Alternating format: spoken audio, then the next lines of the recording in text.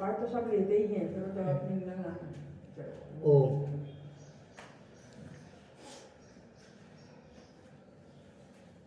जय श्री ओम नमः शिवाय। जय श्री ओम नमः शिवाय। जय श्री ओम नमः शिवाय। नमो अरहंताण, नमो सिद्धाणं, नमो आयरियाणं, नमो वैछायाणं, नमो लोहे सौवसाहुणम्।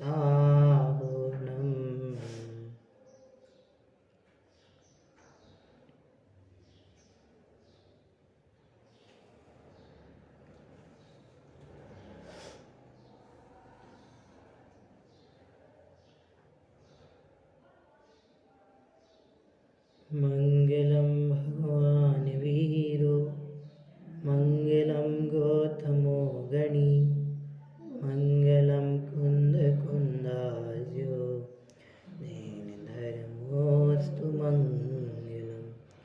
सर्वमंगल मांगल्यम, सर्वकल्याणकारकम, प्रधानम सर्वधर्माणां, जयतु शासनम, जयतु शासनम। ब्रह्मा समय साराय स्वानुभूत्या चकासते, चित्स्वभावाय भावाय सर्वभावान्तरचिते, वन्दित्वसौवसिद्धे ध्रुवमचलमनोभवं गतिं पत्ते, वोच्छामि समय पाहुर मृणमो सुध केवली भणिनम्। ग्रंथ श्री समयसार श्रीमद् भगवान कुंद कुंद आचार्य देव विरचित हमारे समक्ष विराजमान है। इसकी गाथा क्रमांक 14 अपने प्रवर्तमान है। मूल गाथा है पेज नंबर 43 पर। जो पस्सदिया पाणम अवधपुट्ठम अनन्ययम नियतम, अविशेषमसंयुक्तम तम शोधनयम वियाणीः, पृष्ठे अनन्यरुजो नियत देखे आत्म को, अविशेष संयुक्त उसको शोधनय तू जाने। जो नए आत्मा को बंध रहित और पर के स्पर्श से रहित, अन्यत्व रहित, चला चलता रहित, विशेष रहित, अन्य के संयोग से रहित, ऐसे 5 भाव रूप से देखता है, उसे हे शिष्य तू शुद्धनय जान। इसका भावार्थ हम देख रहे थे, पेज नंबर है 45। यहाँ अपन ने यहाँ तक पढ़ लिया था कल कि 5 भावों से जो अनेक प्रकारता है वह अभूतार्थ है, असत्यार्थ है। पेज नंबर 45 पे सेकेंड पैराग्राफ। यहाँ यह समझना चाहिए कि वस्तु का स्वरूप अनंत धर्मात्मक है। क्या लिख रहे? वस्तु का स्वरूप अनंत धर्मात्मक है। वस्तु एक धर्म वाली नहीं है। पक्ष भी कहते, धर्म भी कहते, गुण भी कहते, एक आर्थी शब्द हैं, इनमें कोई अंतर नहीं है। बस जब इनके लक्षण निर्धारित करते हैं तो लक्षणों के हिसाब से इनमें अंतर स्पष्ट होता है। वस्तु का स्वरूप अनंत धर्मात्मक है, वह स्यादवाद से यथार्थ सिद्ध होता है। पहली शर्त क्या रखी कि वस्तु का स्वरूप अनंत धर्मात्मक है, मतलब एकांत का निषेध किया। वस्तु के अनंत पक्ष हैं, उनकी स्वीकृति, उसका नाम अनंत धर्मों की स्वीकृति। और यहाँ क्या लिख रहे हैं? उस अनंत धर्मों की स्वीकृति कैसे होती है?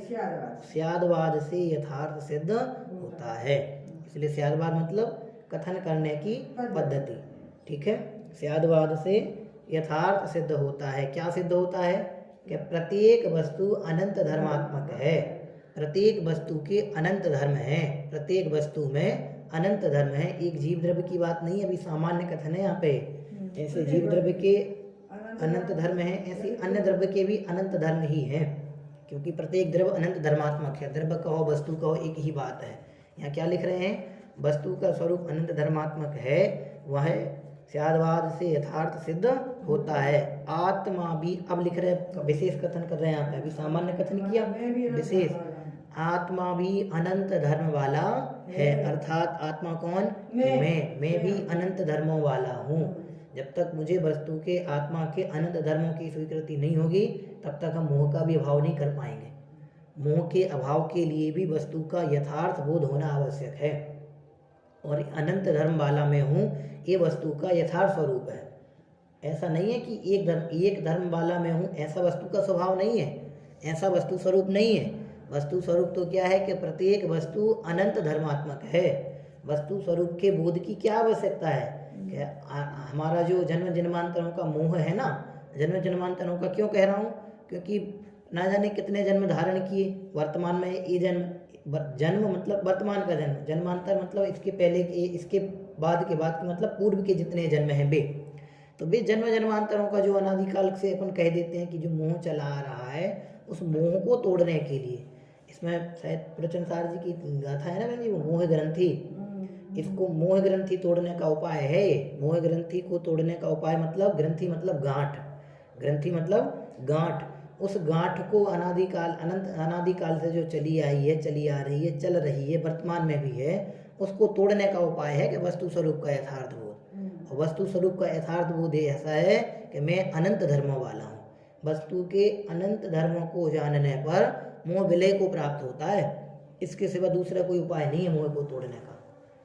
आप देख लेना, जैसे आपका किसी एक में अहमपना होता ही है, एक में, चूंकि इन्हीं आचार्य कुंद महाराज ने ऐसा भी कहा, हम एक को खलु शुद्ध हो, लेकिन वो एक की आध्यात्मिक व्याख्या अलग है, और हम जो एक की व्याख्या करके अपनत्व स्थापित करते हैं ना, ममत्व रूप, तो वो उससे मोह पनपता है, विघटता नहीं है, समन को प्राप्त नहीं होता।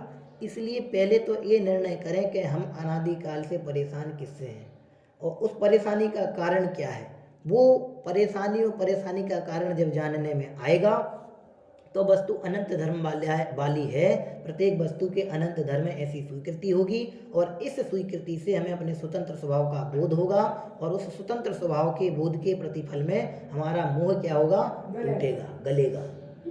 अब ये इसकी उपयोगिता है कि वस्तु भी, प्रत्येक वस्तु अनंत धर्मात्मक है।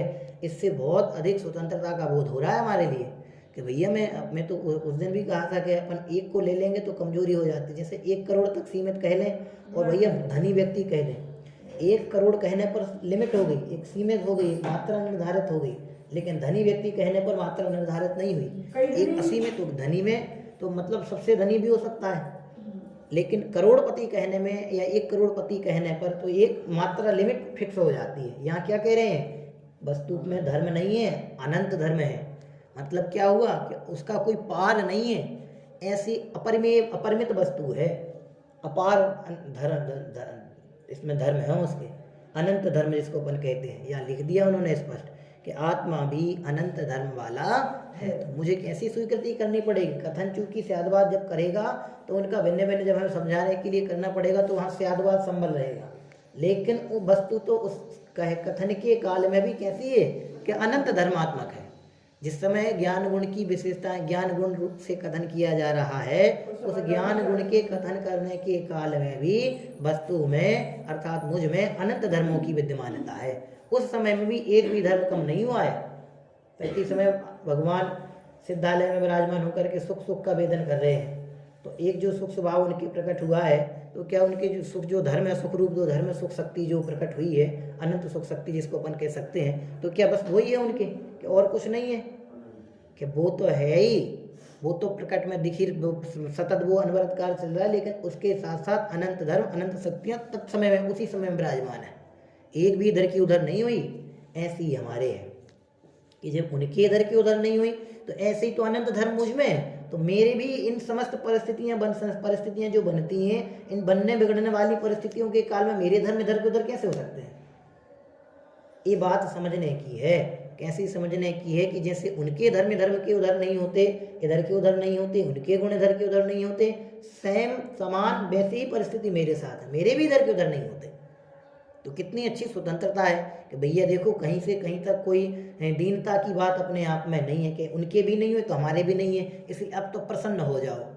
प्रसन्न होकर के क्या करो, प्रसन्न होकर के क्या करो, सतत आनंद का भोजन करो। ये है प्रसन्नता होगी वस्तु के यथार्थ बोध होने पर। और हम क्या मानते हैं कि हमारे लिए इष्ट सामग्रियों की उपलब्धि हो गई तो उससे प्रसन्नता हुई। भाई भ्रम है, इष्ट वस्तुओं की उपलब्धता से आनंद उत्पन्न नहीं होता है। उसमें जो सुख बुद्धि उत्पन्न हुई उस सुख बुद्धि के कारण हमें सुख भासता है, वस्तुतः उसमें सुख है नहीं। तो ऐसे यहाँ से अपन को निर्णय करना पड़ेगा कि आत्मा भी अनंत धर्म वाला है, अर्थात मैं भी अनंत धर्म वाला हूँ। मुझे अनादिकालीन अपने मोह के क्रम को तोड़ने के लिए, मोह ग्रंथि को तोड़ने के लिए वस्तु के इस परक बोध की आवश्यकता है, ऐसे बोध की आवश्यकता है। इसको जाने बिना हम मोह को नहीं तोड़ सकते। हम जैन दर्शन से संबंध रखते हैं, भगवान महावीर के उपासक हैं, इसलिए महावीर की बात करेंगे ऐसा नहीं है। अपने में मैं नाम भूल गया उसका, शायद भद्रबाहु आचार्य की है ना वो, उसमें लिखा उन्होंने कि मैं महावीर का अनुयायी हूँ या महावीर को मानने वाला हूँ या भगवान महावीर का उपासक हूँ इसलिए महावीर की बात कहूँगा, ऐसा नहीं है। या महावीर का न्याय के ग्रंथ है ना वो, न्याय उनका पक्ष रखूँगा, ऐसा नहीं है। वस्तु का धर्म ऐसा है, वस्तु का स्वभाव ऐसा है। और उसमें एक और लिखा कि अन्य जो प्रतिवादी हैं उनसे हमारा कोई द्वेष है इसलिए मैं उनके मत का खंडन कर रहा हूँ, ऐसा नहीं है। मैं तो उनके मत का खंडन और यथार्थ मत का मंडन इसलिए कर रहा हूँ कि वस्तु का स्वभाव ऐसा है। हाँ, उसमें भी हो सकता है। तो मुझे ये कहना है कि उन्होंने उनके मत का खंडन करने के लिए ये सब नहीं किया है। काय के लिए किया है कि अपनी विशुद्धता बढ़ाने के लिए, अपने मोक्ष मार्ग को गति प्रदान करने के लिए, स्वात्मिक सुख का भोग करने के लिए। ऐसे अपन यहाँ पे लगा के जो वस्तु के अनंत धर्म कह रहे हैं कि प्रत्येक वस्तु अनंत धर्मात्मक है, यहाँ लिखा है कि आत्मा भी अनंत धर्मात्मा वाला है। तो ठीक वैसे मैं भी जो आत्म नाम की वस्तु हूँ, आत्मा नाम की वस्तु हूँ, तो उन समस्त वस्तुओं की तरह मुझ में भी अनंत धर्म है। ये ऐसा निर्णय होगा तो देखना आप उसका चमत्कार आपको प्रकट में दिखाई देगा। जैसे किसी चीज़ का हमें निर्णय नहीं हो और हमें कहा है उसका निर्णय किसी के माध्यम से हो जाए तो क्या होता है कि कितने प्रकार की सल्लें स्वयं समाप्त हो जाती हैं। आप कहीं अपरिचित स्थान पर जाएं, वहाँ आपको किसी से किसी भी प्रकार का किंचित मात्र भी कोई परिचय नहीं है। अब चले जा रहे हैं आप एक बेधुन में, आपको पहुँचना है किसी गंतव्य स्थान पर, इतना सब बस पता है कि हमारे यहाँ वो रहते हैं, कहाँ रहते हैं, कौन सी गली में रहते हैं, मतलब कुछ नहीं पता। लेकिन आपने एक भले सज्जन से पूछा कि भैया हम वहाँ से आए, हमें उनके यहाँ जाना है, वो हमारे एक फला लगते हैं, तो वो क्या कहता है कि भैया ऐसे जाना और पहुंच जाओगे आप उनके यहाँ। उनके घर के बाहर ये चिन्ह बना हुआ है।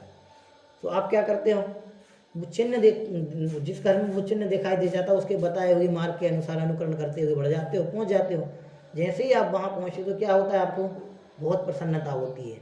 वो वहाँ पहुँचकर प्रसन्नता होती है तो सत्य है, लेकिन जिस समय वो आप अपन के लिए निर्णय कराता है ना कि यहाँ से जाना, ऐसे जाना, उसी समय में कितने प्रकार की सल्लें अपनी स्वयं समाप्त हो जाती हैं। तो ऐसे ही यहाँ पे करा रहे हैं कि ये वस्तु का यथार्थ निर्णय जो आचार्य महाराज यहाँ पे करा रहे हैं कि वस्तु अनंत धर्म वाली है, ऐसा निर्णय वही हमारी विविध प्रकार की निर्णय होने पर जो आचार्य महाराज करा रहे हैं, ऐसा निर्णय होने पर विविध प्रकार की सल्लें स्वयं शांत हो जाती हैं। उन्हीं में से एक सल्ले मोह है। अपन पढ़ते ना, माया मिथ्यात्व और 3 सल्ले होती ना, हाँ, माया मिथ्यात्व और निदान। तो उस मिथ्यात्व में ही मोह गर्भ समझना, मोह कोई अलग से नहीं है। इसलिए वो मोह रूपी सल्ले जो है, इसको मिथ्यात्व सल्ले कहा, तो वो भी इसके निर्णय से क्या होती है, दूर हो जाती है, वह ग्रंथि टूट जाती है। क्या लिख रहे हैं, आत्मा भी अनंत धर्म वाला है, उसके कुछ धर्म तो सब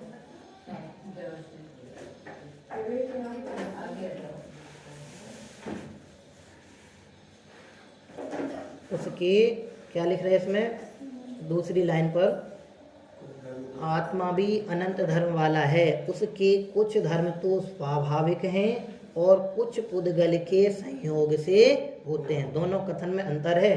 मूल यहाँ तो क्या लिख रहे हैं, कुछ उसके कुछ धर्म तो स्वाभाविक हैं और कुछ पुद्गल के संयोग से होते हैं। अब उसमें देखना, जैसे अपन कर्तृत्व, आत्मा किसी अपेक्षा से कर्तृत्व भी करता भी है और किसी अपेक्षा से अकर्ता भी है, किसी अपेक्षा से भोक्ता भी है, किसी अपेक्षा से अभोक्ता भी है, भोक्तृत्व शक्ति भी है, अभोक्तृत्व शक्ति भी है। तो ये क्या है, कि वस्तु के पक्ष हैं, इनको हमें स्वीकार, पक्ष कहो धर्म करो, इनको स्वीकार करना पड़ेगा। और ये स्वीकार कैसे होंगे कि वस्तु को अनंत धर्मात्मक मानेंगे तब इनकी स्वीकृति होगी। वस्तु को अनंत धर्मात्मक नहीं मानेंगे तो क्या हो जाएगा, अरे एक तरफ तो आप अभोक्ता कह रहे हो, एक तरफ भोक्ता कह रहे हो, तो ऐसा कैसे हो सकता है। और सिद्धि भी इसकी कहते हैं, परमार्थ से वस्तु कैसी है, अभोक्तृ स्वभाव की धनी है, वो किसी को भोग नहीं कर सकती। भैया अपने अनंत सुख का भोग तो कर रही है ना प्रति समय। जो सुख प्रगटेगा उसको नाम क्या देंगे हम, कुछ तो नाम देना पड़ेगा ना, कि भगवान प्रति समय आनंद का भोग कर रहे हैं, तो भोग कर रहे हैं वही तो वो कहना तो पड़ेगा ना। तो ऐसे ही दोनों पक्ष स्वीकारने पड़ेंगे तब जाके हम उसको एक निर्णय को होंगे कि भैया ऐसी व्यवस्था भी आगम में है। तो वो उसमें उलझने की बात नहीं, यहाँ लिख रहे हैं कि कुछ धर्म तो स्वाभाविक है, मतलब नैसर्गिक है, कुछ पुद्गल के संयोग, क्या लिख रहे हैं, और कुछ पुद्गल के संयोग से होते हैं। हाँ, अनियत स्वाभाविक है और नियत ये पुद्गल के, इसके पुद्गल के संयोग से हो रहा है, जिस कहने में आएगा पूरा, इस पांचों में घटेगा।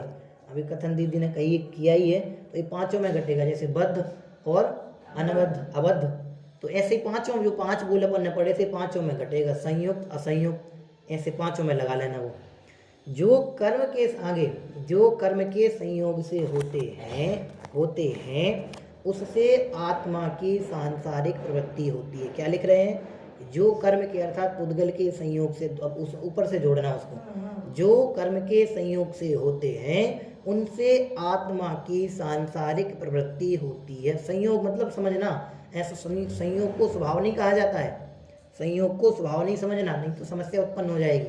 क्या लिख रहे हैं, जो कर्म के संयोग से होते हैं उनसे आत्मा की सांसारिक प्रवृत्ति होती है, और तत्संबंधी जो सुख दुख आदि होते हैं उन्हें भोगता है। क्या कह रहे हैं कि तत्संबंधी, कौन से, कि कर्म के संयोग से जो सांसारिक प्रवृत्ति होती है, तत्संबंधित यानी उनसे और उससे संबंधित जो क्या होते हैं, सुख दुख आदि होते हैं, उनको क्या करता है, ये भोगता है। इसलिए वो संयोग से हो रहे हैं, इसलिए उनको कहने में आता है, संयोग से, कर्म के संयोग से हो रहे हैं और उसमें उसी में हो रहे हैं, इसलिए वह उसके ही मोहराग द्वेष आदि, जैसे कहते हैं किसके, मोहराग द्वेष आदि किसके,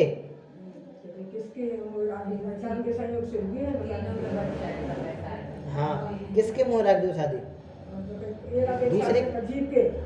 हमने कहा तो वो वस्तुता तो नहीं है, तीनों ही विवक्षाएं घटित होंगी, लेकिन इसी तरह का कथन करते हैं ना कि ये जीव जिसमें उत्पन्न हुए उसके, तो किस में उत्पन्न हुए, के जीव में उत्पन्न हुए, तो किसके, के जीव के।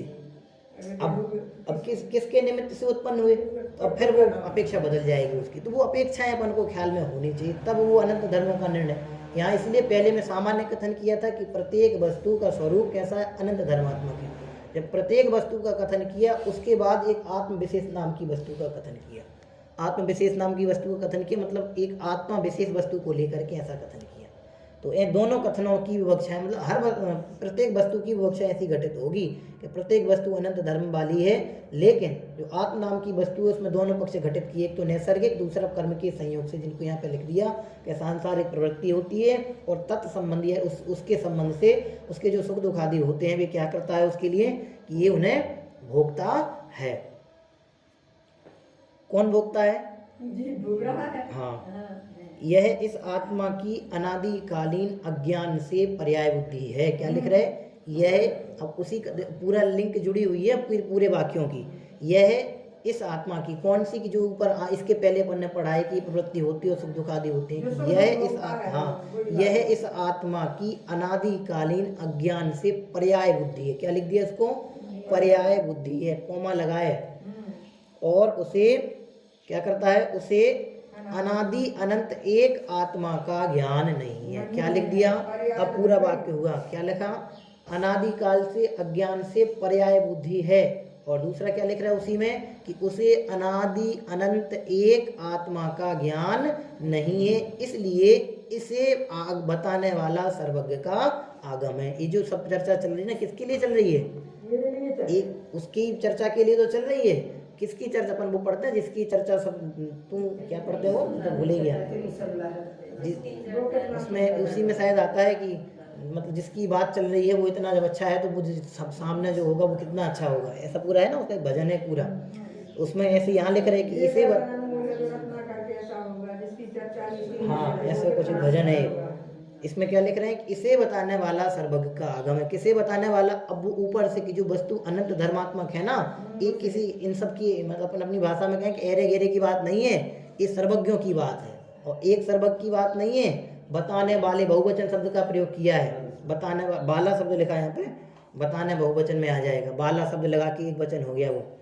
तो यहाँ लिख दिया बताने वाला सर्वज्ञ का आगम है। सर्वज्ञ का आगम है मतलब एक सर्वज्ञ नहीं है, सबकी ऐसी बात है कि प्रत्येक वस्तु अनंत धर्मात्मक है। फिर उसके जो पक्ष यहाँ पे स्थापित किए कि कौन सी अपेक्षा से कैसा निर्णय करना। एक अपेक्षा यहाँ पर ऐसी भी कह दी कि सुख दुख आदि होते हैं उनको भोगता है, वो आगे उसका निषेध कर दिया कि सब पर्याय अज्ञान से पर्याय बुद्धि, ऐसी जो प्रवृत्ति है वो अनादि काल से इसकी पर्याय बुद्धि है और उसे अनादि अनंत आत्मा का ज्ञान नहीं है। क्या लिख दिया? अनादि अनंत आत्मा का, उसकी दूसरे की बात नहीं चल रही है, अपनी बात चली। अपने साथ भी ये मोहादिक परिणाम बन रहे हैं ना, मोह मतलब अमत्वपना बन रहा है ना, ये मेरा है ऐसा परिणाम बन रहा है ना, मैं इसको कर रहा हूँ या नहीं कर रहा हूँ। तो ज्ञानियों को तो ज्ञानियों के जैसे कल आपने कहा था ना वो मुनिराज ने हाथ करके वो कर दिया क्रिया रिद्धि से, तो भी उनको उसका कर्तृत्व उत्पन्न नहीं हुआ। तो अज्ञानियों को जी हमारे हैं जैन साधु हैं, जबकि इन्हें कुछ नहीं किया, नहीं करने पर भी कर्तृत्व का अहंकार हो गया और उनको करने पर भी कर्तृत्व का अहंकार नहीं होगा। एक ऐसे परिस्थिति बनी, ये उनके स्वाभाविक दृष्टिकोण से परिस्थिति बनी कि भैया मैं तो कुछ करने हरने धरने वाला कोई नहीं, जगत की व्यवस्थाओं को यदि मैं कर सकता तो मुझे कुछ अन्य कुछ करने की आवश्यकता ही नहीं थी। संसार से विराम प्राप्ति की जो भावना हुई, यदि वे जगत में या जगत के परिणमन में कुछ कर सकते या उसमें कुछ फेरबदल कर सकते तो फिर काहे के लिए आदमी दीक्षा लेता, कई के लिए जीव दीक्षा लेता, कई के लिए मुनि व्रत अंगीकार करता, कोई आवश्यकताएं ही नहीं थी। लेकिन वो व्यवस्थाएं वो कर नहीं सकता, बना नहीं सकता और बिगाड़ नहीं सकता, कुछ भी उसके हाथ में नहीं है, सब स्वतंत्र परिणमन है। वो स्वतंत्र परिणमनों को जब दृष्टिगत होता है तो वे क्या होता है कि स्वभावबोध होकर उनको वैराग उत्पन्न हो जाता है। उनको मतलब हर किसी को जिसके ऐसे परिणमन होता है उनको तो हो गया। तो ऐसा यहाँ से समझना कि ये बताने वाला सर्वज्ञ का आगम है, ये ऐसी वैसी बात नहीं है, बहुत बड़ा प्रमाण है सर्वज्ञ का। इनकी साक्षी के अलावा दूसरे किसी की साक्षी की आवश्यकता नहीं पड़ती है, सबसे बड़ा साक्ष्य है। इसलिए हृदय से इसको स्वीकार करना, हृदय से स्वीकार करना मतलब किंचित मात्र भी स्खलन उत्पन्न नहीं होना। जगह जगह ठगने ठगाने वाले मिलेंगे। उस दिन कहा था सब्जी वाले बाबा की, यहाँ लिखा था आपके यहाँ पर सब्जी वाले बाबा, ऐसे सब्जी वाले बाबा नहीं, कई सब्जी वाले बाबा मिलेंगे ऐसे और ठगा के ले जाएंगे। ये देखो अभी ये चलता मेडिटेशन वाले, ब्रह्म कुमारी जी शिवानी जी हैं ना, वो भी ब्रह्मचारी हैं उनके हिसाब से, तो वो भी अपना पालन करते हैं और मेडिटेशन का अच्छा है उनका। हजारों की संख्या में लोग बैठते हैं, अपने में तो 200-500 लोग बैठ जाएं तो बहुत बड़ी सभा दिखने लगती है अपन को। 10-10 हज़ार लोग बैठते हैं, एक सेमिनार उनका होता है, 10-10, 15-15, 20-20 हज़ार लोग सुनते हैं उनको। ठगाने वालों की कहीं से कहीं तक कहीं कमी नहीं मिलेगी।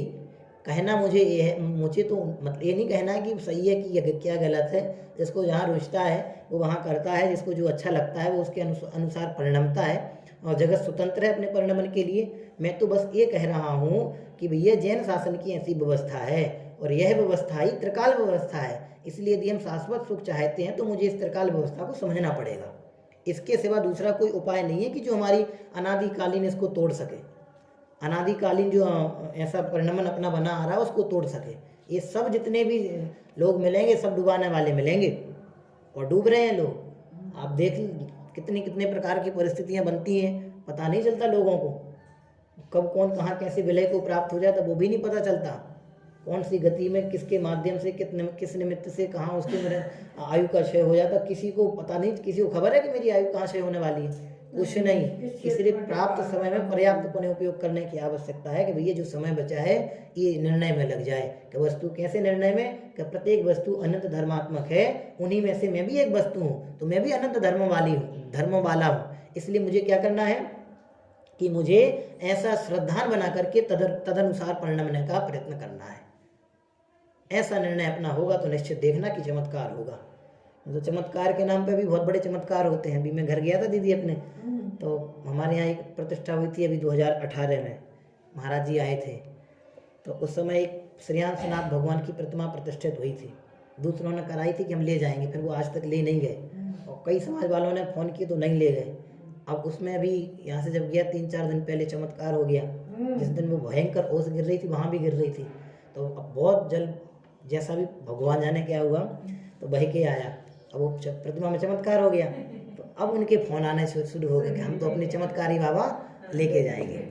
तो ऐसे बहुत लोग मिल जाएंगे आपको और ऐसे कई चमत्कार मिल जाएंगे, लेकिन इनसे कहीं से कहीं तक कल्याण का संबंध पाषाण की है, श्वेत पाषाण की है। तो हाँ होता ही है, सब समझते, वे भी सब समझते हैं, किसी को मतलब कुछ कहने की आवश्यकता नहीं है, वे सभी समझते हैं। लेकिन वो तो ऐसी बात है कि चमत्कार को नमस्कार वाली बात हो जाती है।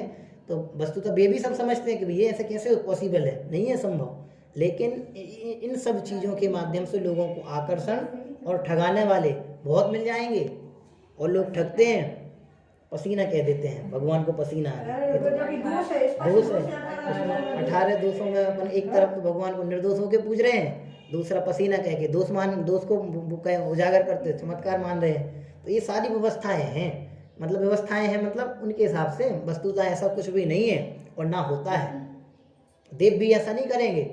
देव भी जो मतलब जो वैसे देव होते हैं कैसे कहलाते हैं, मतलब उपसर्ग आदि करने वाले, वे तो भगवान की जनबिंब के सामने उपस्थित ही नहीं होते, व्यंतराधिक होते हैं। और जो उत्कर थोड़े अच्छे परिणाम होते हैं जिनके, वे भगवान के सामने आते हैं। तो जिनके थोड़े से अच्छे परिणाम हैं वे देव भगवान के ऊपर उपसर्ग काय को करेंगे, और ऐसे जो जिनके अच्छे परिणाम है वे जिन शासन की अपर भावना का काम क्यों करेंगे, तो नहीं करेंगे। लेकिन अब बस देवों ने किया है। अब वो देवों ने इसलिए किया है क्योंकि देव दिखते नहीं है लोगों को, तो अब कुछ ना कुछ तो कहना पड़ेगा, लोगों ने तो किया नहीं है तो देवों ने किया है। तो ये सारी व्यवस्थाएं हैं, लोग कहेंगे, लोग मानेंगे। कपूर को लगा देते हैं जो क्या कहते हैं, उससे पानी में नहीं लगता। हाँ होता है, अभी बिना माचिस के आग जला दी थी कुछ दिन पहले, तो उसका साइंटिफिक रीजन दिया एक जन ने, स्पष्ट किया, प्रमाण किया कि ऐसा संभव नहीं है, और इस काल में तो वैसे ही संभव नहीं है।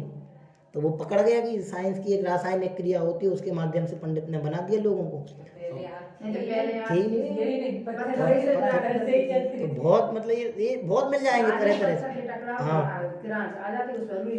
क्या लिख दिया यहाँ पे, ये सब बताने वाले सर्वज्ञ का आगम, ये सब बताने वाले मतलब वस्तु अनंत धर्मात्मक है, ये स्वीकृति करनी पड़ेगी तब जाके इन सबसे बच पाएंगे अपन, नहीं तो बचने का दूसरा कोई उपाय नहीं है।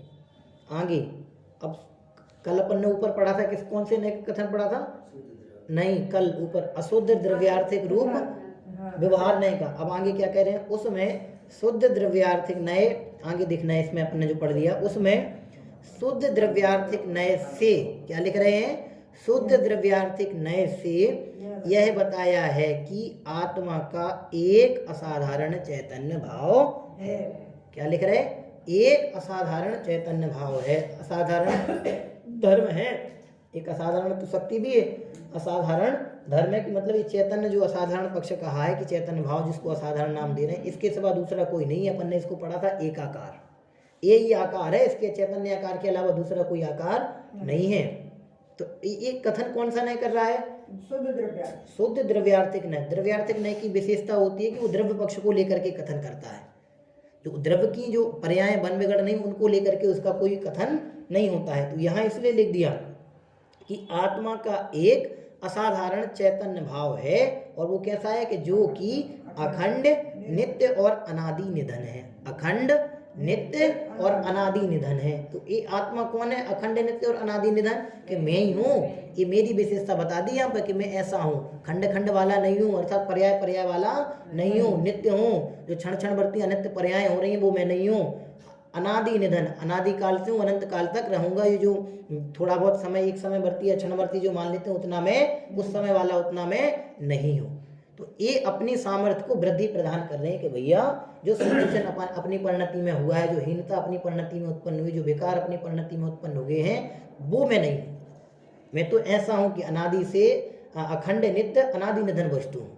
और ऐसा कौन कथन कर रहा है, निश्चय नय कथन कर रहा है कि मतलब अनिश्चय नय का कथन कैसा होता है कि ऐसा ही है, इसके अलावा दूसरा नहीं है।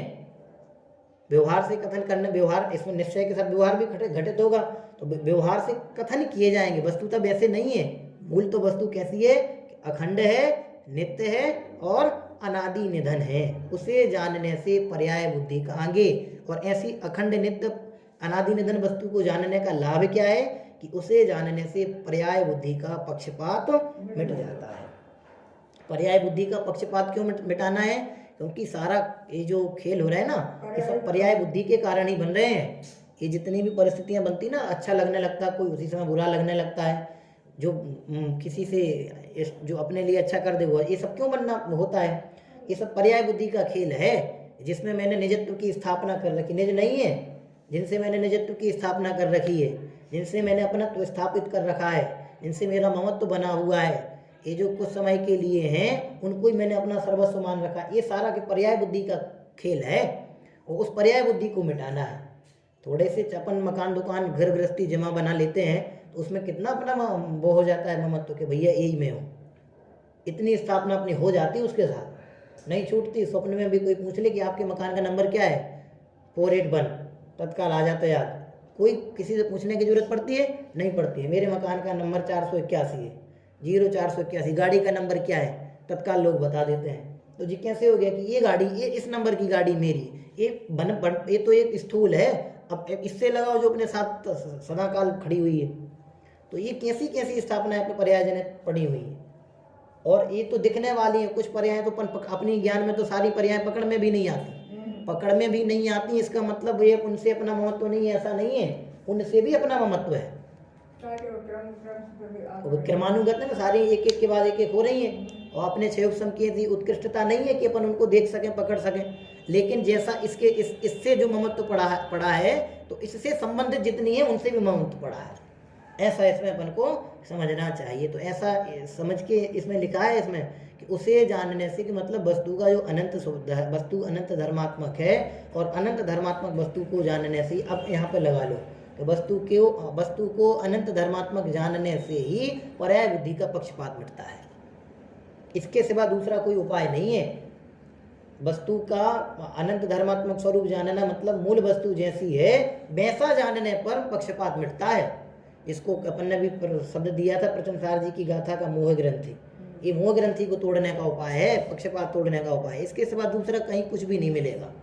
खोजना हो देख लियो, खोज के इतने सारे ग्रंथ लिखे, तमाम साहित्य है, और सबने अपने अपने हिसाब से आध्यात्म की व्याख्याएं की हैं, और सब अपने अपने हिसाब से मुक्ति की व्याख्याएं करते हैं। सब अपने अपने हिसाब से मोक्ष मानते हैं, कुछ यहीं मानते हैं, कुछ वहीं मानते हैं, कुछ मानते ही नहीं है। सब तरह की विवक्षाएं हैं और सब अपने हिसाब से सत्य मानते हैं। तो ये निर्णय यहाँ से करना पड़ेगा कि भैया जो प्रैक्टिकली दिख रहा है, जो एक दूसरे के सुख दुख का वो बने, ये इनको सुख इनके सुख का करता है, इनके दुख का करता है, तो उससे अपन निर्दोषता की कल्पना, निर्दोष बने की कल्पना नहीं कर सकते। मोक्ष तो पूरा निर्दोष है। तो ऐसा यहाँ से निर्णय करना कि पर्याय बुद्धि का पक्षपात, पर्याय बुद्धि पे तो बहुत विचार करना। उसमें तो उन्होंने गाथा ली थी, भैया है तो पज्जय मूढ़ाई पर समय, तो पूरी पर्याय बुद्धि का कमाल है, पूरा विचारना कि कितनी इस पर्याय बुद्धि के कारण से इस जीव का कितना अनिष्ट अहित हुआ है और वर्तमान में हो रहा है। हमारे सर्व अनिष्टों की एक जड़ है पर्याय बुद्धि। सर्व प्रकार आज तक हम हित के यथार्थ हित की प्राप्ति नहीं हुई, उसका एक ही कारण है पर्याय बुद्धि। तो ऐसा पूरा विचार करना, उसे जानने से पर्याय बुद्धि का पक्षपात मिट जाता है। आगे परद्रव्यों से, उनके भावों से और उनके निमित्त से होने वाले अपने विभावों से, ये लाइन अपन पहले पढ़ी थी अपन ने। परद्रव्यों से, उनके भावों से और उनके निमित्त से होने वाले अपने विभावों से अपने आत्मा को भिन्न जानकर जब जीव उसका अनुभव करता है तब परद्रव्य के भावों स्वरूप परिणमित नहीं होता है। इसको अपन पहले क्या, कौन सा शब्द पढ़ के आए हैं? नहीं, स्वभाव के समीप जाने पर पढ़ के आए। इसमें थोड़ा सा लाइन बड़ी कर दी। परद्रव्य के भावों के स्वरूप परिणमित नहीं होता मतलब स्वभाव भाव के अनुरूप ही परिणमित होता है। ये नास्ति परक कथन हुआ, इसका अस्ति परक कथन इस प्रकार से हुआ। इसलिए कर्मबंध नहीं होता और संसार से निवृत्ति हो जाती है। पूरी लाइन पढ़ो तो कर्म बंधन जो अपना मान रखा है उसको तोड़ने का उपाय बता दिया। यहाँ पे पूरा कर्म बंधन तोड़ने का उपाय बता दिया, मतलब संसार चक्र से विराम प्राप्ति का उपाय बता दिया इन 2.5 लाइनों में। क्योंकि अपन पहले पढ़ के आए हैं परद्रव्य उनके निमित्त से होने वाले भाव, परद्रव्य के भाव और उसके निमित्त से होने वाले विभाव भाव। वैसा मैं नहीं हूँ या उतना मैं नहीं हूँ, उन सबसे भिन्न अखंड एक चेतन नियत स्वभाव वाला, ऐसा निर्णय करेंगे तो क्या होगा कि उसके भावों परद्रव्य के भावों स्वरूप तो परिणमित नहीं होगा, और उसके अनुसार परिणमित नहीं होगा तो क्या होगा कि कर्मबंध नहीं होगा, और कर्मबंध नहीं होगा तो संसार से निर्वृत्ति होगी। कर्मबंध नहीं होगा मतलब नया आश्रय रुक जाना, नहीं होना मतलब संबर की उत्पत्ति होना, और संबर की उत्पत्ति होना मतलब धीरे धीरे वो कर्म जी आना रुक गए हैं, जो थमे हैं वे धीरे धीरे निकलेंगे। तो निर्जरा, निर्जरा के बाद ये लिख दिया यहाँ पे संसार से निर्वृत्ति हो जाती, मतलब मोक्ष की प्राप्ति हो जाती है। मोक्ष की परिभाषा में क्या पढ़ते अपन? मुंचती थी मोक्ष, संसार, संसार के बंधनों से छूट जाना। मुंचती मतलब छूटने के अर्थ में, संसार, संसार के बंधनों से छूट जाना, उसका नाम क्या है? मोक्ष है। यहाँ लिख दिया कि संसार से निवृत्ति हो जाती मतलब यथार्थ सुख की प्राप्ति हो जाती है। तो सुख की प्राप्ति का क्या उपाय है? कि सुख की प्राप्ति का उपाय ये है, क्या है कि निज भाव के अनुरूप परिणमन, निज स्वभाव के अनुरूप परिणमन, इसके अलावा दूसरा कहीं से कहीं तक कोई उपाय नहीं है। यह है संसार चक्र से छूटने का उपाय। नहीं तो वो मर रहा है, वो मर रहा है, वो भी चला गया, वो भी चला गया, वो कहानी सबको याद है, वो चूहे काट रहे हैं, वो नीचे खड़ा है, वो पूरा संसार चक्र का ख्याल में सबको। ऐसी परिस्थिति है अपनी कि वो भी चला गया, वो भी चला गया, हम भी चले जाएंगे, कोई पता नहीं हमें। जाना तो है ही, लेकिन कब जाना है इसका निश्चय नहीं है हमारे लिए। ये तो सब लोग कहते हैं कि एक दिन हम चले जाएंगे, और कुछ लोग आजकल नए बच्चे ऐसा भी कहने लगे हैं कि 7 दिन में से 1 दिन चले जाएंगे। थोड़े से एक कदम आगे बढ़ गए ना, 7 दिन में से इतने तो भविष्य, इतना तो निर्णय अपन ने कर लिया कि ये जो 7 दिन हैं, इन 7 दिन से एक भी दिन में आगे पीछे नहीं होगा, इनमें से 1 दिन जाऊंगा, इतना निर्णय तो हो गया है। 7 दिन मतलब ये आने वाले 7 दिन नहीं, सप्ताह के दिन। इतना लोग कह देते हैं, इतना लोग कह देते हैं। अपन को थोड़ा सा ये निर्णय करना है कि भैया अपन को भी जब जाना है तो आधे अधूरे होके जाना है, कि ऐसा निर्णय करके जाना है कि भैया मैं तो सर्वभाव में पूरा, मुझ में कोई कमी नहीं है। जब ऐसा निर्णय हो जाएगा तो फिर हम कभी मरेंगे नहीं। सब मर जाते हैं, हम नहीं मरेंगे। मर करके भी नहीं मरना हो तो ये उपाय है, ठीक है। हाँ, इसलिए तो वो लिखा ना अनंत धर्मात्मक है, तो इसलिए मैंने कहा कि मर करके भी नहीं मरना हो तो ये उपाय है। मर करके भी नहीं मरना हो, अमर कौन? अमर जो लोग अमर, भगवान महावीर है तो अब वे अमर भी हैं। भगवान को बहुत सारे नाम आते हैं, अमर भी अपन कह दो, अमर भी कहते ही हैं। देवों को अमर कहा जाता है, कहा जाता है, तो अपन कहते हैं अपन भी तो हमारे ही हैं कि नहीं मरेंगे। कैसे नहीं मरेंगे? कि निर्णय तो करो कि हम कोई मरने वाले नहीं हैं। कहीं पढ़ा आपने कि जैसे अकर्त तो शक्ति है, ऐसी अमृत तो शक्ति भी है, लेकिन है, मरता नहीं है कभी। और एक कौन सी शक्ति है? अस्तित्व नाम की शक्ति है ना, गुण। वो कहता है कि कभी मरते नहीं है, मरते नहीं है मतलब उसकी सत्ता त्रिकाल विद्यमानता की सूचकता है। अस्तित्व नाम की शक्ति तो घोषणा कर रही है। तो ये निर्णय करना पड़ेगा अपने को, नहीं मरना हो तो। नहीं तो 7 दिन में से 1 दिन तो मरना ही है, ठीक है। इसलिए कर्मबंध नहीं होता और संसार से निवृत्ति हो जाती है। अभी क्या है, निवृत्ति है कि प्रवृत्ति है?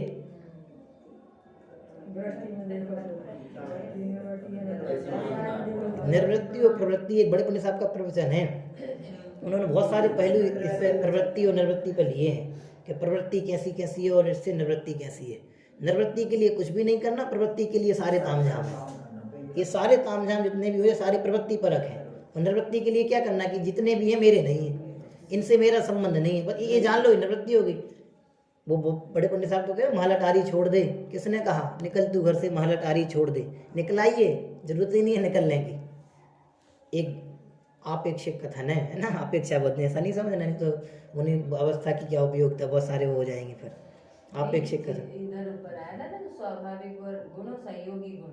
हाँ, स्वाभाविक गुण समझेंगे, चैतन्य है स्वाभाविक गुण, तो बिल्कुल सही। अपेक्षा इसलिए तो इसमें लिखा है कि सब एक यही है कि इसके अलावा दूसरा कुछ नहीं है। ऐसा निर्णय अपने को करना पड़ेगा। अमर होने का ये उपाय है। बोलो दादी, अमर हो कि? ठीक है, थोड़ा सा एक मैंने बहुत दिन पहले किसी का सुना था, अपने जैनों में सुनता रहता हूँ, किसका सुना था, तो उन्होंने चाहे मोटिवेशनल सुना हो, जैसा भी सुना हो, बहुत दिन पहले 10-12 दिन हो गए शायद, तो उसमें उन्होंने कहा था कि भैया जो ऐसा सोचता है कि मैं मर जाऊंगा, मैं मर जाऊंगा, मैं एक दिन मर जाऊंगा, मैं मर जाऊंगा, वो कभी जी नहीं पाता है। वो 24 जीते हुए भी मरे हुए के समान है। और एक और मैंने पढ़ा था अभी कुछ दिन पहले, एक बच्चों को पढ़ा रहे थे 10वीं की संस्कृत में, उसमें पढ़ा था मैंने, यह स्वार्थ मात्रम चिंतयति सातु जीवन ने भी मृतायु। मतलब जो अपने बारे में भी अपने में ही सोचता है, मतलब लौकिक में, वो आध्यात्मिक वाला स्वार्थ नहीं, अपने अपने में ही सोचता है, तो वो जी करके भी मरे हुए के समान है। और उसमें उन्होंने आगे लिखा, या तो समाज हितम चिंतयति सातु मृतोपि जीवता है, जीवता मृतोपि जीवती, मतलब मृत होने पर भी जीवित रहता है, मर जाने के बाद भी जीवित रहता है। उस लेसन का नाम है, पाठ का नाम है यशः शरीरम, यश रूपी शरीर सदा जीवित रहता है। आदिनाथ नहीं है हमारे सामने, लेकिन आज भी है। महावीर नहीं है, लेकिन आज भी है। वो कैसे है कि उन्होंने अपना ये जाना ना कि मेरा यश किससे है, कि जगत की यश अपयश से मेरा यश अपयश नहीं है, मैं तो इसको जानूंगा तो सतत हो गए। कौन कहता है नहीं है? आज भी ऐसे ये विश्व हिंदू धर्म की एक पुस्तक है, उसमें पढ़ रहा हूँ, उसमें महावीर भगवान के बारे में बहुत लिखा उन्होंने कि भगवान महावीर क्या है। स्पष्ट उन्होंने लिखा कि ये जो ये स्वतंत्रता आंदोलन हुए थे, तो स्वतंत्रता आंदोलन में गांधी जी तो भी सहयोगी बने, लेकिन उस स्वतंत्रता का आधार पूरा महावीर थे, उनकी स्वतंत्रता की दृष्टि से, क्योंकि महावीर का सिद्धांत था वो अहिंसा।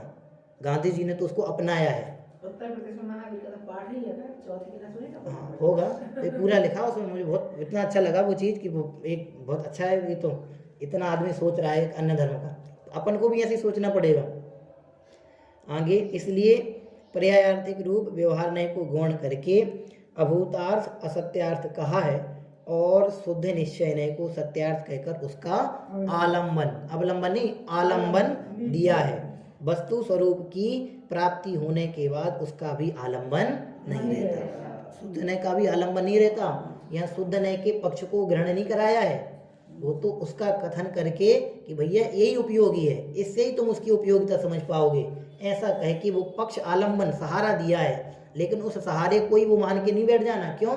जैसे हम किसी को पकड़ के सहारा दे के चढ़ा दें, तो उस सहारे को ही वो नहीं मान चढ़ के आगे बढ़ लेना, उसको सहारे को ही समझ के सहारे को प्राप्त करके प्रसन्न नहीं हो जाना। सहारा इसलिए दिया जाता है कि उस सहारे को प्राप्त करके चोटी पे पहुंच जाओ, और सहारे को ही देख के प्रसन्न हो जाओ, फूल जाओ, तो क्या होगा? जो फूलने की हवा भर गई वो फूट जाएगी थोड़ी देर बाद। तो ऐसे यहाँ से समझना कि आलम्बन दिया है, सहारा दिया है। कैसा सहारा? कि हमारी दृष्टि ऐसी हो, हमारा निर्णय ऐसा हो, हमारे उपयोग में निर्णय ऐसा हो, हमारा निज उपयोग के प्रति ऐसा समर्पण हो। ये आलम्बन दिया है, सहारा दिया है। तो इस सहारे का सदुपयोग क्या है कि इसके अनुरूप हमारा परिणमन, निर्णय और निर्णय के आनंद, निर्णय के प्रतिफल में आनंद, ये ऐसा करेंगे तो प्राप्त होगा। इसलिए हमारा तो एक ही उद्देश्य है अपन सबका कि ये जो चर्चा हम पढ़ रहे हैं, सुन रहे हैं, समझ रहे हैं, इसके अनुसार जितना जैसा जैसा समय अपने को मिले मतलब निकालें, क्योंकि मिलता तो है ही नहीं समय, निकालना ही पड़ता है आज के समय में। तो जितना जितना निकाल पाएँ उतना उतना निकाल करके बुद्धिपूर्वक इसमें लगाने का प्रयत्न करेंगे, तो सच में आप देख लेना कि एक भी प्रकार की परिस्थिति का जो लोक में बनती है दुखदारित वाली, उनकी भाव वासना आपको नहीं बनेगी। आप एक गाय को नमोकार मंत्र सुना के देखना, तो वेदना में हो, जो गाय वेदना में हो उसको नमोकार मंत्र सुना के देखना, फिर आप उस गाय को देखना कि इस गाय की क्या हुआ। वो गाय आपको बार बार सूंघेगी। देख लेना प्रैक्टिकल करके, मैंने देखा है, अभी दो दिन से कर रहा हूँ। हाँ, अभी गाय है, मैंने कल बताया था, वो चेतन बाग में रख रखी है अभी उसको। 2 दिन से डेली हम लोग मतलब जिसको जितना समय मिल जाए चले जाते हैं, तो उसको सुनाते हैं, तो वो सूंघती है, देखती है दूर से कि जी आ गए, तो ये भाव वासना उनको हो जाती है, इसका प्रतिफल है। ऐसे ही अपन भी बारंबार करेंगे ना, तो अपने को क्यों नहीं होगी। तो अपन बहुत निर्णय करने का प्रयत्न है कि जितनी परिस्थिति बन रही है ऐसी हमारी नहीं है, और ये निर्णय बन जाएगा तो देख लेना सारे विराम आपको प्राप्त हो जाएंगे। प्रैक्टिकल करना हो तो चेतन बाग पर जाके कराना, रख रखिए।